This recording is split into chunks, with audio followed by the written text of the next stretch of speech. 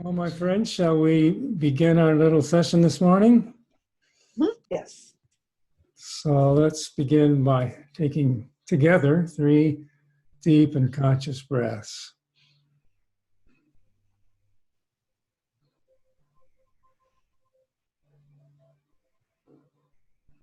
And with a deep in breath.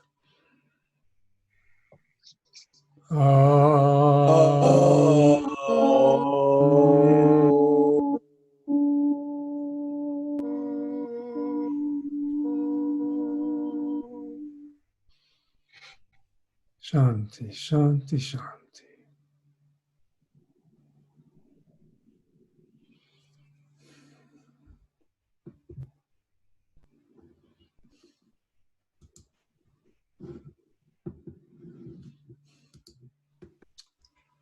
All right, we're going to talk about the 4 agreements, the second go around.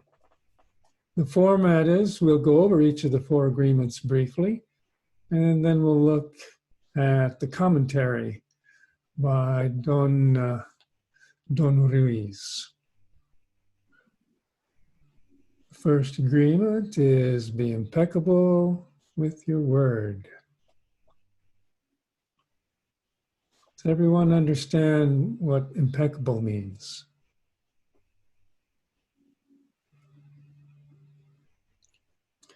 Be impeccable. Careful. Accurate. Without sin is a little translation, but I think it means to be like honest and accurate and authentic.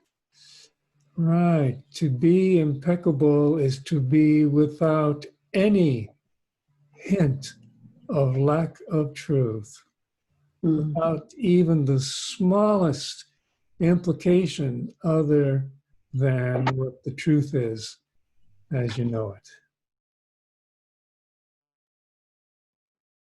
Be impeccable. We say sometimes that a person is impeccably dressed, meaning everything is perfectly in place. Nothing is missing and nothing additional.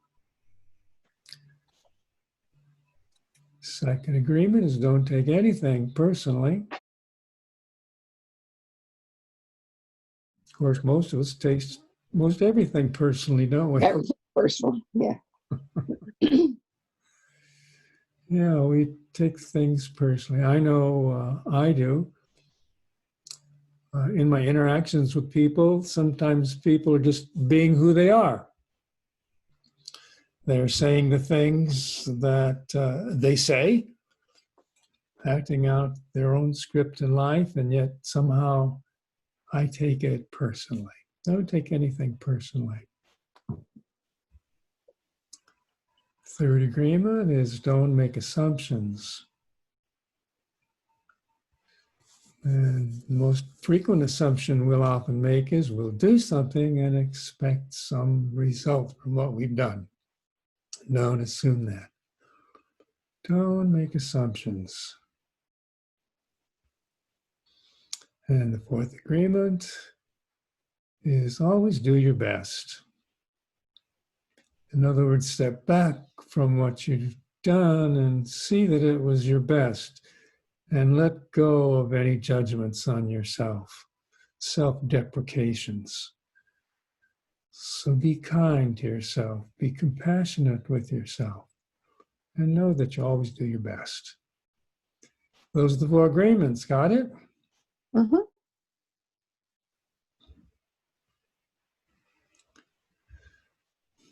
Here's a little summary of some things we covered last week. You are your message to the world. As you mature, you learn to use symbols, spoken language, to deliver your message. I have a little exercise in mind so that we can see how our spoken language, the words we speak, are symbols. They're not reality, they're symbols of reality that we've experienced.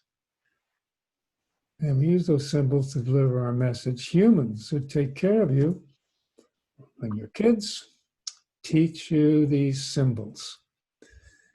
And you learn how to please humans.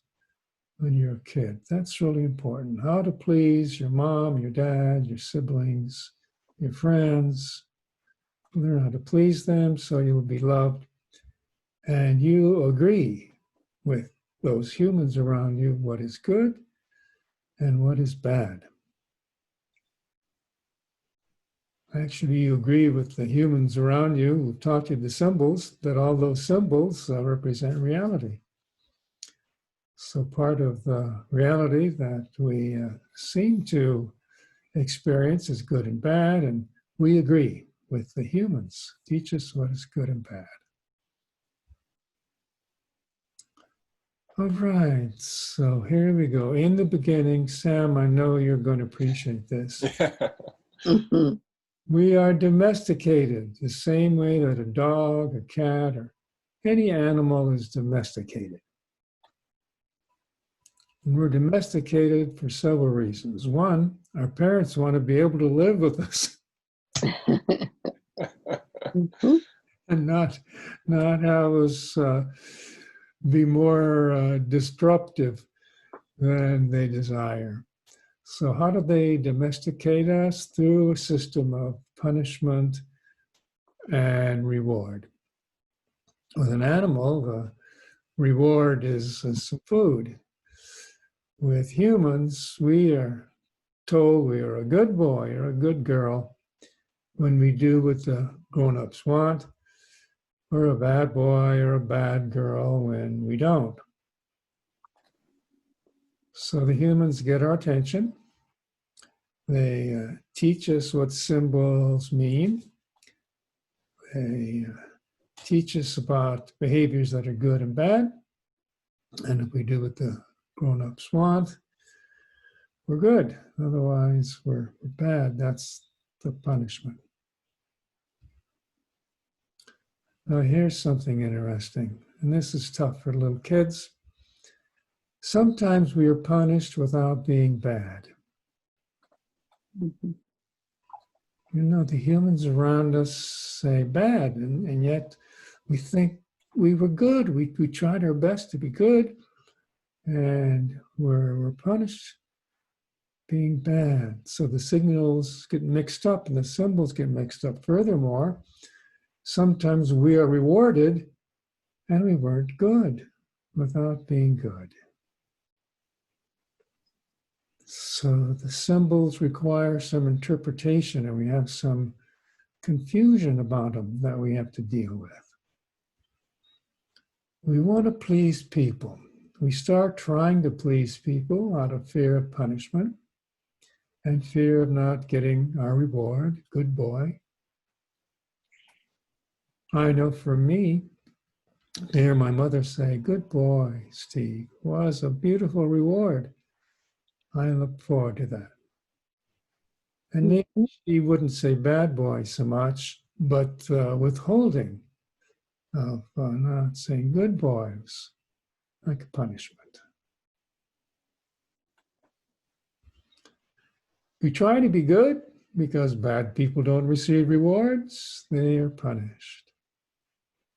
This is how we're brought up, how we learn our symbols.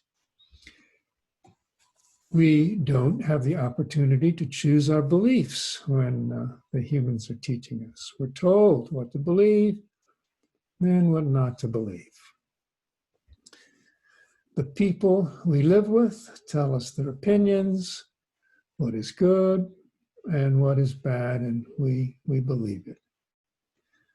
All this background is going to help us when we start to study the four agreements one by one and see what the barriers we have to making the four agreements, how to get underneath them. So this is all to help us see how we became what we became. So the humans, the people we live with, tell us their opinions, what is good and what is bad. The interesting thing is, I grew up with parents from the South, and they came to Los Angeles because they wanted to get away from that Southern that southernness that they weren't comfortable with any longer. And yet they kept, what did he say? You can take the boy out of the country, but you can't take the country out of the boy.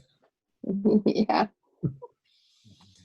They kept some of those attitudes from their childhood, the people that told them what's good and what's bad, particularly with regard to racial prejudice.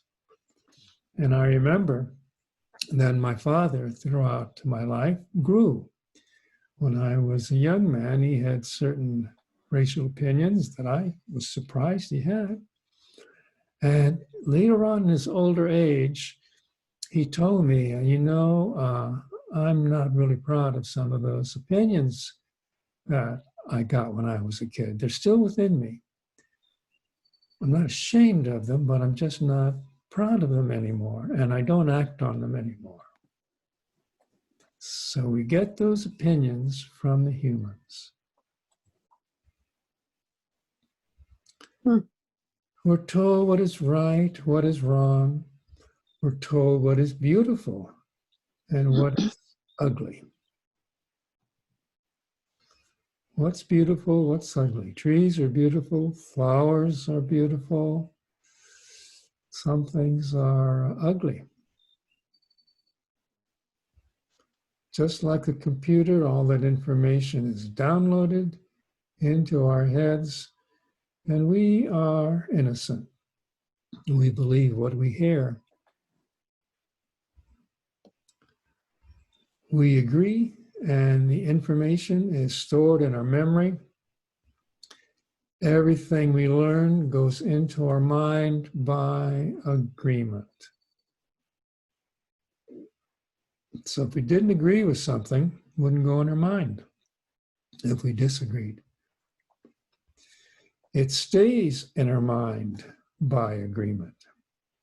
And the interesting thing is sometimes we're punished while we were being good, and we were rewarded even though we weren't being good. We keep all those beliefs and agreements in our mind as well. So we can easily have conflicting beliefs and agreements in our mind. Very natural. So the information is stored by agreement, but first it goes through the attention. So how do these symbols get in our head? How do we agree? First is attention. The attention is very important to humans. Why? Because it's the part of the mind that makes it possible to concentrate on a single object or thought out of a whole range of possibilities. So attention is important. If we're not able, and we are able, if we weren't able to pay attention, then the meaning of the symbols, the beliefs we're taught, wouldn't get stuck in our mind because we wouldn't have put our attention on it. So the humans catch our attention. Here's a little slide that allows us to experiment with intention.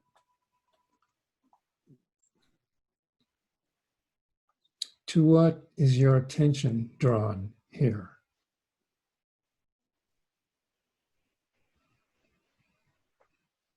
First to the color, Which color? the pink color. First to the pink color. The bee. Yeah, I was going to say the bee. Your attention's drawn to the bee. Now, let's listen to what each of us has shared. Wow. Unless a human is here to direct our attention, given a reality that we experience, may go to different places. So if we're learning something as a kid, and the human wants to draw our attention, says, look at that bee. And we put all our attention there. But another human with another child in another culture might say, look at that color. Put your attention there. And we can put our attention on that color. And if we really look at that color and just try and absorb it, we're not so much aware of that bee anymore. So that's the purpose of attention. Wow. Great, great example. Thank you. Through the attention, information from the outside is conveyed to the inside, and vice versa. Our attitudes and opinions are conveyed to the outside. We look at the outside through what's been conveyed to the inside. The attention is the channel we use to send and receive messages, human to human, like a bridge, from one mind to another mind. So our communication is dependent upon attention. And we know this if we've ever been in a meeting that's pretty boring. And if any of you have worked in government, as I have, sometimes you have to go to a lot of meetings. They can get pretty boring. And you might have your attention on what the speaker says in the beginning, and then your attention might wander. When it wanders, you're not getting the message that one human intends to send to you. So here's a little attention quiz. Let's see how good we all are at attention. We had one quiz. Here's another one. Okay, here's the quiz. Ready? Do I have your attention? Mm-hmm. All right. So here's the question. If an airplane crashes exactly on the border between California and Nevada, by law, in which state do they bury the survivors? They don't bury the survivors. Don't bury survivor. Well, That's a trick question. Yeah. I guess I got your attention, didn't I?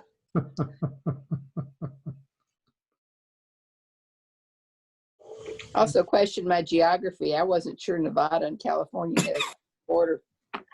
Yeah, they do. You can drive from California to Las Vegas direct. Okay. Okay. It also borders Arizona. Well, anyway, we see here how the trick question tried to trick us and talked about airplanes. There's the airplane, the border, California, Nevada, law. And yet those who were in on this trick focused attention on survivors and got it. But the first time you hear this, your attention may not be focused on survivors and you may get tricked. Yeah, it's pretty dramatic to see a crashed plane. Right. So where are they going to bury the survivors? Bless their hearts.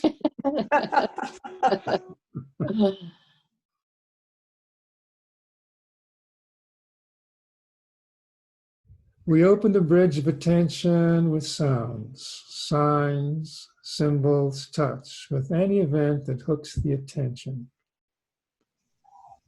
We open the bridge of attention with sounds, words, usually, signs, symbols, touch, any event that hooks the attention. This is how we teach and how we learn. We cannot teach anything if we don't have someone's attention. We cannot learn anything if we don't pay attention. Using the attention, the grown-ups teach us how to create an entire reality in our mind with the use of symbols, words, to start off with. Words. So the grown-ups get our attention and they help us create a reality in our mind using symbols, words. After they teach us the symbology by symbols, grown-ups drill us with our ABCs, or maybe not till we get to school. ABCs. We learn the same language, but graphically. So our symbols are of two kinds. We have sound symbols. All the noises I'm making as my lips move. Sounds come out of my mouth. and the words that we write on paper. So I have another little exercise now, and I have to get a prop for this exercise. It's going to be an exercise in learning the meaning of a symbol.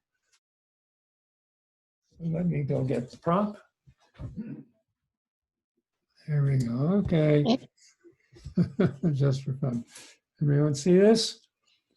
And you're all little children. Ready? Puck. Puck. Come on, everybody. Puck. Puck. Puck. Puck. Puck. Puck. Puck. Puck. Puck. Puck. I got your attention. Puck. Now, if you were right next to me, I'd ask you to feel the puck. Feel the puck. And take a little sip out of the puck. By the way, puck is cup spelled backwards. If you Yes. Yeah. puck. So you took a little drink out of the cup. You smelled what's in the puck. You tasted what was in the puck. And this is a puck. Got it? Puck, everybody. Puck. Puck. Puck. Can you see how it's starting to go into your mind? Puck. Yeah, at first I'm going, that what? Puck. Puck. We do it through repetition. We teach the kids through repetition. Puck, puck, puck, puck. And you all reply, puck, puck, Puck. puck. Right, right. Good girl. Good boy. This is the puck. Puck, daddy. Puck. Good girl. Good boy. This is the puck. We drink out of pucks. We touch pucks. And we don't drop pucks because they break. Well, let's see if I can go back and share now.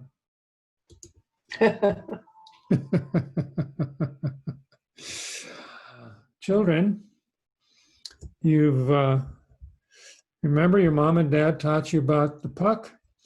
Now we're going to learn how to spell puck. Are you ready? See Ready. that capital P Mhm. or U underscore C? Now write that on your pads. P-U-C, and you write puck on your pads. Write it again. We write it 5 times. P-U-C, P-U-C. Now we've got 2 symbols. One, the sound puck. We know what that means. Remember that green thing? And we've got this written word, P-U-C. Both the word puck and the written word P-U-C are symbols for reality. So you can see that there is a reality now, which I showed you when I held that green thing up. That's the reality. The symbol, the words puck, the sound, and the written word puck are just symbols. They are not the reality. Got the difference? Yeah. Mm-hmm. Because we get the words we speak, especially when they become thoughts in our mind, confused with the reality. The symbols represent the reality, but not always correctly. So here we go. In the beginning, what's going on? Our imagination begins to develop. We go to bed at night and we dream about green pucks, black pucks, plastic pucks. Pucks. We dropped the glass puck, it broke, and our mommy said, bad, bad. We picked up the puck and drank our milk from the puck, and mommy said, good, good. So we have dreams about the symbols. Our curiosity grows stronger. We start to ask questions. We ask, and we keep asking questions. We gather information everywhere. We know that we finally mastered a language, the symbols, when we are able to use the symbols to talk to ourselves in our head. Little kids when they're first learning a language, aren't able to talk to themselves in their head. They're just learning the language. But at some point, we can talk to ourselves with the symbols in our head. This is when we learn to think. That's what thinking is. And before that, we don't think. We mimic sounds and use symbols to communicate. So that's what we did with puck. You all mimicked the sound puck. And we used the word puck to communicate, and you saw the written word for puck, and we used that to communicate. Life is simple before we think, before we attach any meaning or emotion to the symbols. So in the beginning, it was just a puck, no big deal. Puck, good girl, good boy. And when we drop that puck and spill the milk, bad girl, bad boy. We got an emotion attached to the puck. Don't drop it and don't spill stuff that's in your puck. Once we give meaning to the symbols, we begin to use them to try to make sense of everything that happens in our life. We want to know the meaning of things in our life. So we look out at reality and use the symbols, which are the thoughts, to try to make sense of everything. We use the symbols to think about things that are real and things that are not real. We start to imagine the unreal is real. We use the symbols to think about things that are real and things that are not real. We start to imagine the unreal is real. For example, beautiful and ugly are not really real. If your mother said, this is a beautiful cup, but that one over there, we don't use it, it's an ugly puck. Don't use that ugly puck. So what's the reality? It's just a puck. It's a green puck, it's a white puck, but we start to attach meanings, which in a sense are unreal. Ugly puck, beautiful puck. Skinny and fat, smart and stupid. People just showing up as they are. As little kids, we learn little jingles, like I had one, fatty, fatty, 2x4, can't get through the bathroom door, had to do it on the floor. My sister was had a problem with weight when she was a kid. So that was a fun way for an older brother, a mean way, by the way, to tease her. Fatty, fatty, 2x4. So we learn what's unreal and attach it to ourselves. I'm fat, or I'm skinny.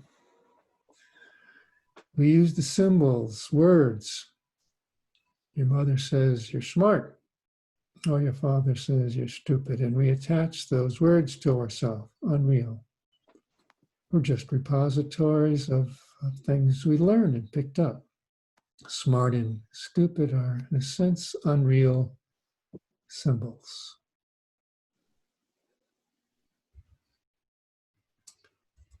If you notice, we can only think in a language that we master.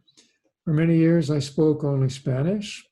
It took a long time for me to master enough symbols in English to think in English. I remember when I learned French in college, I never really thought in French.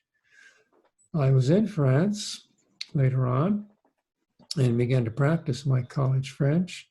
And after a while, I could think a little bit in French. Not a lot, but some. So it's the language we master in which we think. To master a language is not easy, but at a certain point, we find ourselves thinking with the symbols that we learn. When we are 5 or 6 years old, we understand the meaning of abstract concepts like right and wrong. winner and loser, perfect and imperfect.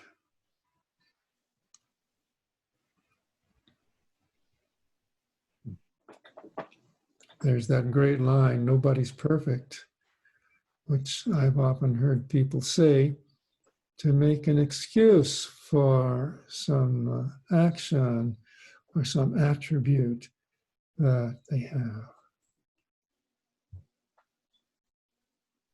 And you know, the actual meaning of perfect just is that everything that should be there is there, and nothing that shouldn't be there is there. That's the meaning of perfect.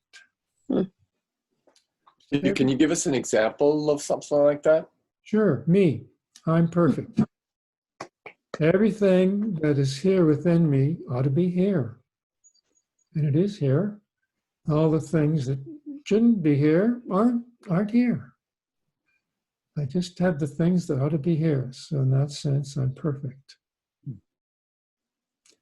Perfect and imperfect are attitudes, ways of Got it. interpreting reality. Thank you. Sure, you're seeing me there on the screen, and you can look at me with one or two attitudes. You can look at me with the attitude, well, gosh, there's Steve, he's perfect. He's got everything that I expect of Steve, and he doesn't have anything that doesn't belong to Steve, so he's perfect. Thank Or you. might, on the other hand, see some behavior or some aspect of myself that reminds you of something within yourself that you feel is imperfect. Oh gosh, he's cross-eyed, just like me. Imperfect. So you might project your own idea of what's imperfect onto me and say, well, we're just alike, two imperfect people, cross-eyed.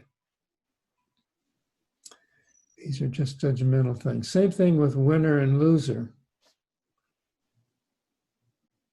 We have figures in our political discourse who want to be winners and who look upon everything that they've done as being a winning strategy, no matter what the results. Mm-hmm. Because there is some ingrown inside fear of being a loser, not wanting to be a loser. And in the political discourse, we see that the label loser is applied to many others all over the place. Oh, he's a loser, she's a loser, while reserving the label winner. I'm a winner. Everything I've done is a winning strategy. I'm a winner. So we want to be a winner. We're afraid of being a loser. These are concepts. Little kids understand these concepts. And the goal here, or is one of the goals to become childlike without the attachments to the stories or to the programming or the domestication, if you will. It should be able to. Yes, between every action and reaction, or thoughts and reaction, there is a space. And in that space lies our freedom to choose.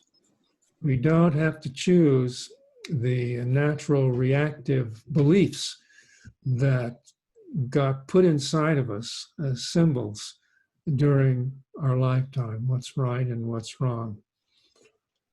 During that interval between action and reaction, we can step back from our own mind and just notice that that's how our mind works. God bless you. You've got a great mind. Thank you for doing a great job.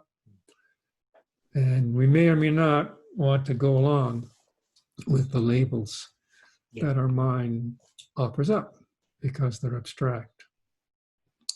And they may not be useful, may not be kind, may not be loving. Got it? Mm-hmm. Yeah, thanks. In school, we'll learn how to read and write all those symbols that we already know. The written language makes it possible for us to accumulate more knowledge. We continue to give meaning to more and more symbols.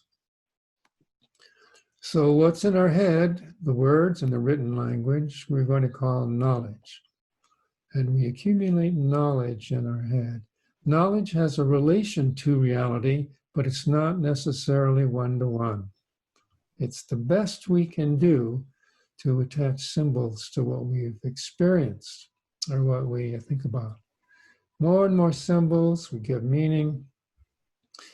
Thinking becomes not only effortless, but automatic. Now the symbols that we learned are hooking our attention all by themselves. It's what we know that is talking to us, that knowledge. We are listening to what our knowledge says. Like the rest of you, I expect that you have little voices that talk to you. I do. My little voice talks to me a lot. So how is that little voice able to talk to me? It's because I've stored a lot of knowledge up in my head. And that little voice is the repetition of all of that knowledge, which might have some relation to reality. Remember the green thing, which I call the puck? The green thing was the reality. Puck was the symbol. So my mind might be hooked by an attention to puck this and puck that. It's what we know talking to us. We are listening to what our knowledge says. Can be useful. We just need to recognize the truth that it's what our knowledge says, it's what's talking to us. May or may not be the reality we experienced. I call it the voice of knowledge, he says, because knowledge is talking in our head. We hear the voice of our mother, our father, our brothers and sisters. The voice never stops talking. The voice isn't real. It's not that green thing I showed you. It's our creation. Puck, puck, puck. Symbols. Put that knowledge of the puck in our mind. But we believe that it's real because we give it life through the power of our faith, which means we believe without a doubt what that voice is telling us.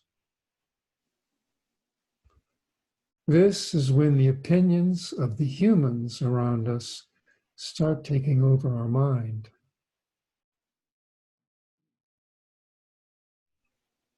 The second bullet point here, which means we believe with a doubt. I mistyped that, without. Okay. Okay. Yeah. I'm glad I got your attention there. Yeah. I like the with better. You believe with the doubt. And maybe that's all.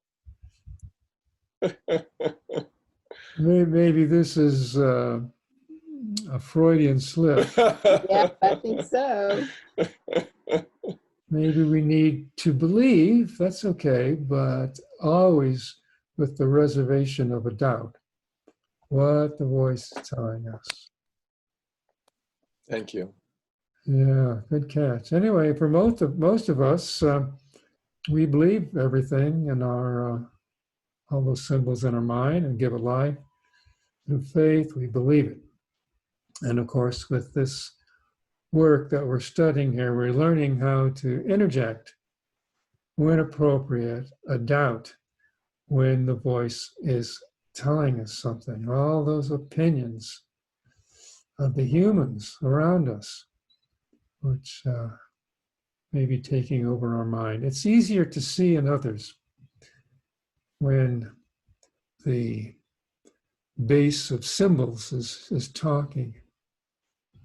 Particularly in political discourses, you can hear people's minds, their knowledge symbol-based, just talking, all those opinions.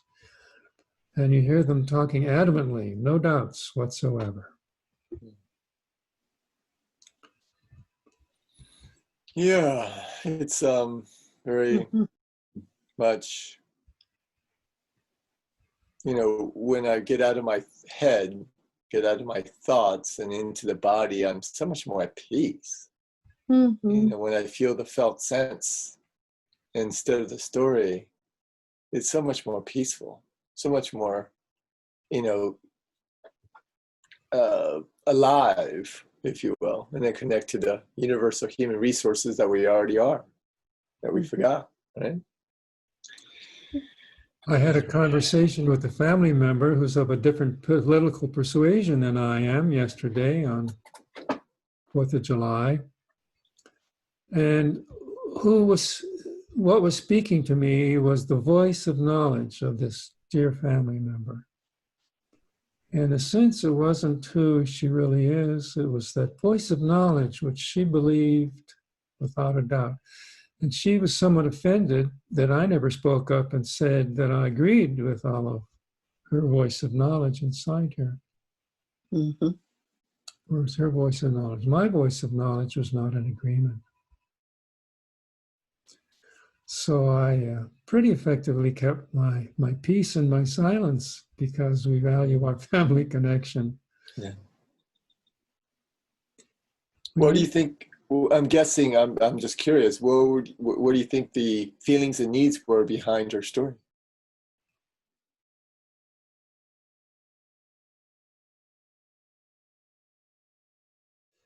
That would take a while, but in summary, I could say there's some anger that I am aware of. Yeah.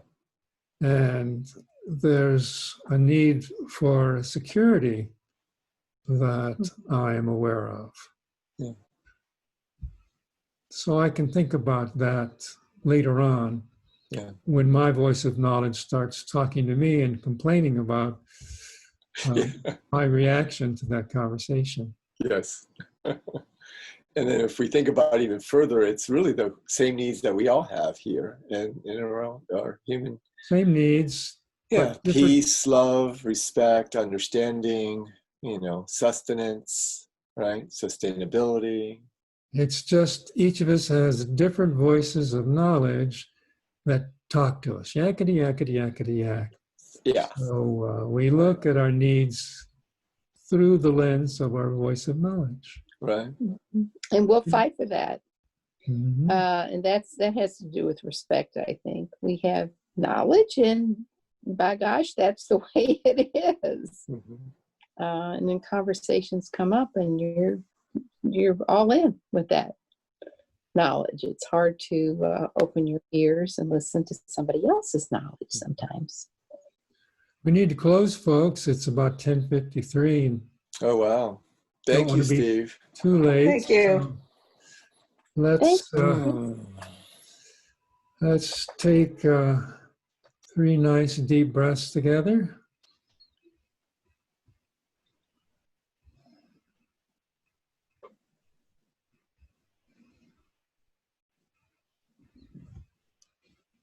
And the deep in breath.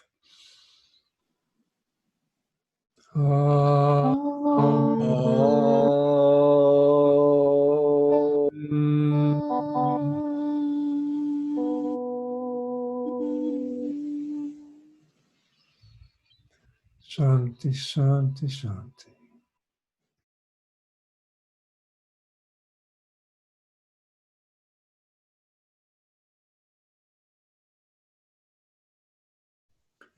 We are getting closer and closer. I think next week we'll start looking at depth in the first agreement using this background that we've gone over today. Good. Okay. Have a good week and be well, everybody. Yes, Yes. be well. Thank you. Bye. Bye, everybody. Thank you for participating. Love you. Love you too. Bye.